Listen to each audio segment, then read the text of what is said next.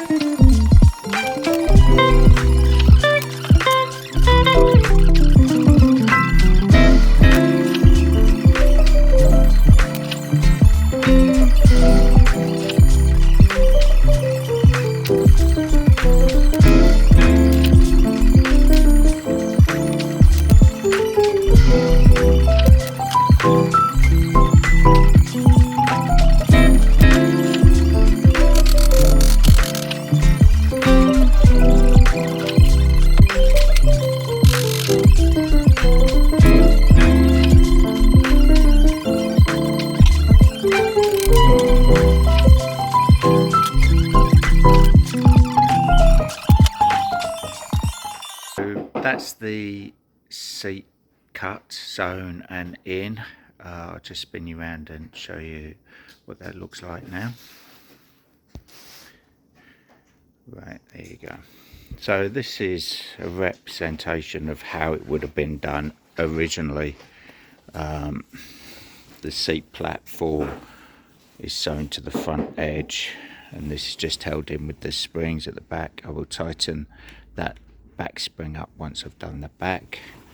There you go. The underside is like so. So there's no raw edges, it's all folded over and stapled along the bottom edge there. And on the front corner, as you can see there, it's just folded and a single gimp pin or gimp nail, you should be able to just see there. We could just put some decorative nails around here just to make sure that stayed, but I don't think that's necessary at the moment. So that's the seating. Next is to do the outside arms, strangely enough. So this panel will be covered here, but it goes on from the inside like so, like my hand is showing, and comes down here, and then the arm over the top. So it's a bit complicated, but it's how they were done originally, so we try and reproduce that.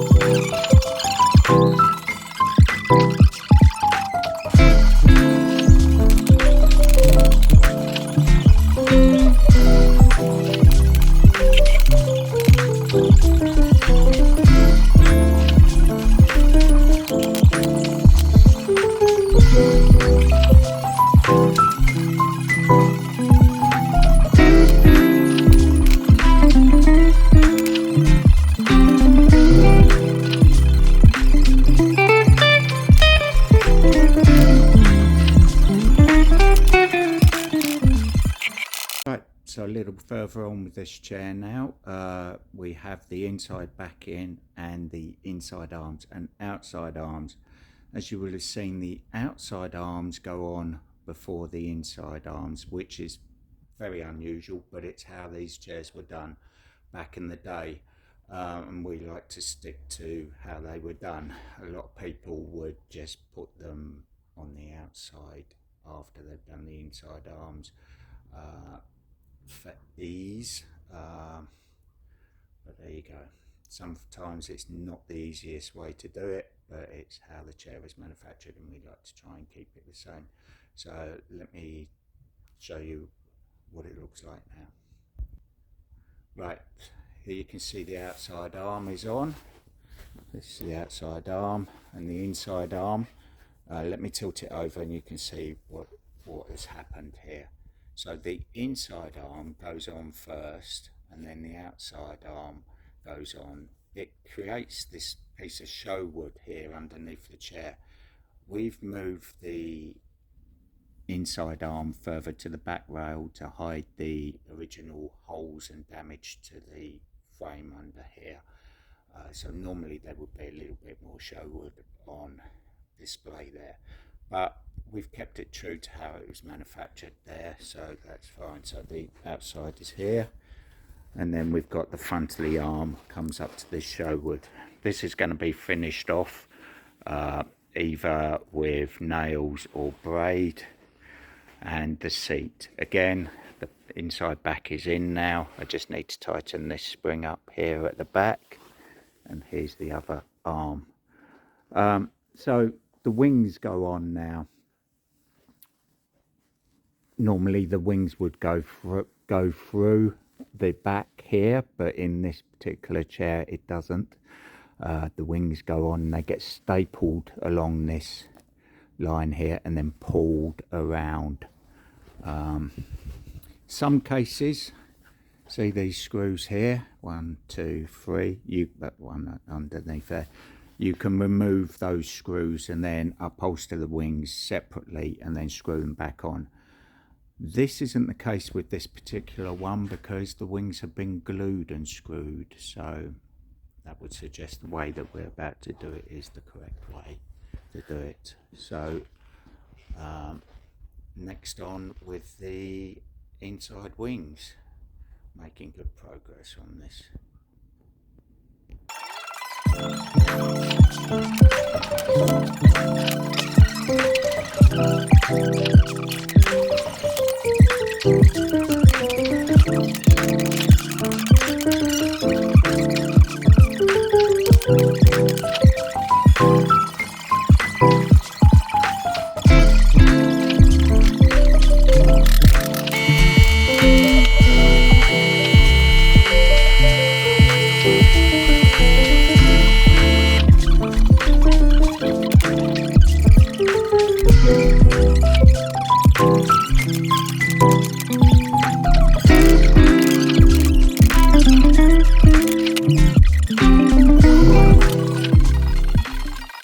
So that's the inside wings done now, so just the outside wings and the outside back to go, and tighten that spring up, make a seat cushion, and we're nearly there.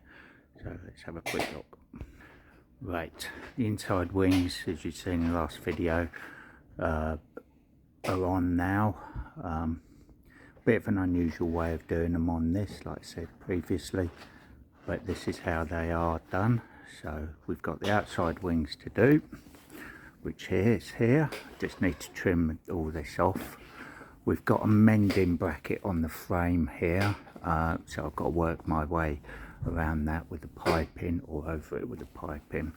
So yeah, we're going to pipe this edge here.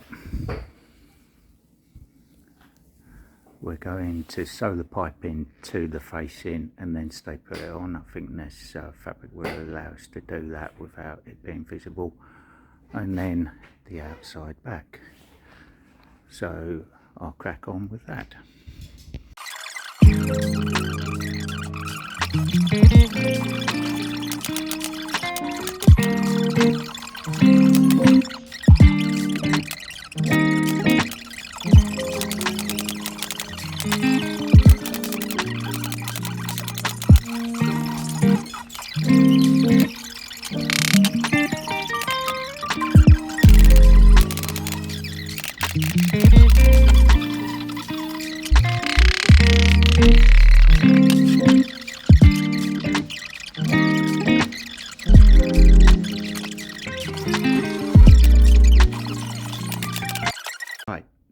the outside wings on now, so the outside back to go on, and then it's just to do the seat cushion. This chair doesn't have a bottom cloth on it, I'll just remind you of that in a minute. It's all folded over and stapled around the bottom as per it would have been done originally, albeit they would have used tacks. We're now using staples, so let's have a quick look. Hello Tacker, are you still sulking because you've not been allowed in the van yet? Tough, you're supposed to be keeping me company. So, outside wings are on, outside back to go. And just to show you around the bottom, it's all the bottom's been folded and stapled as per it was done originally. So we've just got stapled outside back along this rail, folded. You can just about see a maker's mark there. I will show you that at the finish. Maybe somebody has got a piece of furniture from there as well.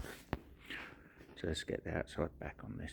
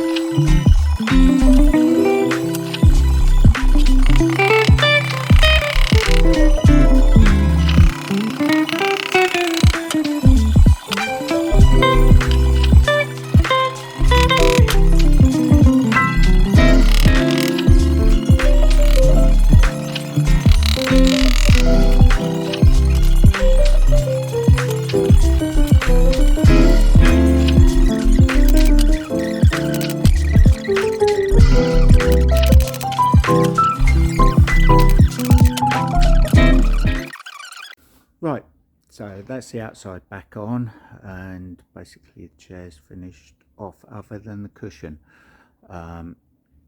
So I need to get that done as soon as possible. Let's have a quick look at the outside back, and as promised, the maker's mark underneath this chair. The chair does need finishing off around the arms. I'm going to put some double piping around it, I think, rather than braid. I think it's going to look a lot neater. So here we go. Outside back of the chair's done. So there you go, a lot smarter than it was in that green fabric. We've still got the cushion to make, and I'm going to put some double piping round here. I'm not showing that very well. Okay, and here's the maker's mark. Now, have any of you got any of this furniture in your home? Citron cord springing, patented. Now, I think that refers to the tension springs here. Maybe somebody's got a chair at home with the same label on it underneath. I don't know. I'd be curious. If you do, please let me know in the comments. So, the cushion. Here we have the basic cushion cut.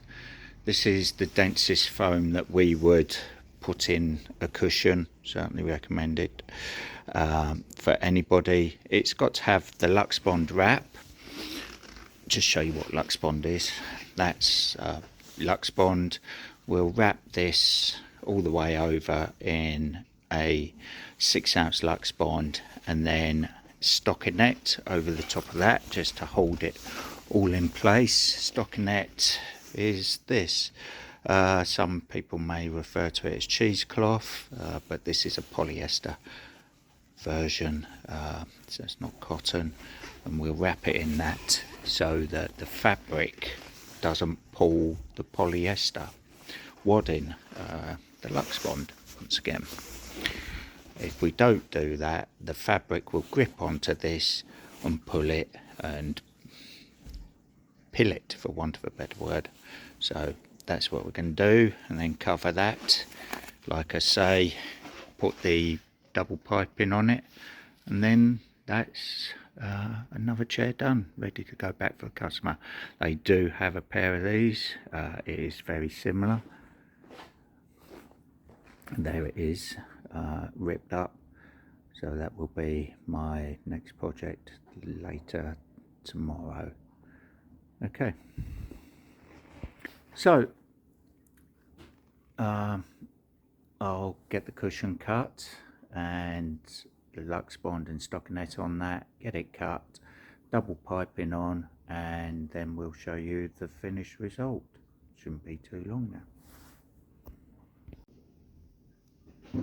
Right, so here we have the chair finished off with the cushion in it now. I think it looks very nice, and we've got the double piping here on the arms. Let's take a closer look at that so you can see what I mean by double piping. Okay, rather than using a gimp braid or anything else that's a different colour, we've done it with the double piping. So there you go, I think it looks very nice. So that's how we do a Parker Knoll style chair here at Hammond's Upholstery. I'd love to hear from you in the comments below. Please like and share.